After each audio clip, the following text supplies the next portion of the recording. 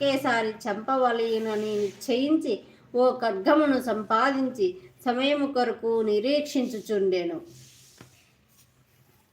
ఇట్లుండగా కార్తీక శుద్ధ పౌర్ణమి రోజున ఆ ప్రేమికులు ఇరువురు శివాలయంలో కలుసుకొనవలెనని నిర్ణయించుకుని ఎవరికి వారు రహస్య మార్గమున బయలుదేరిరి.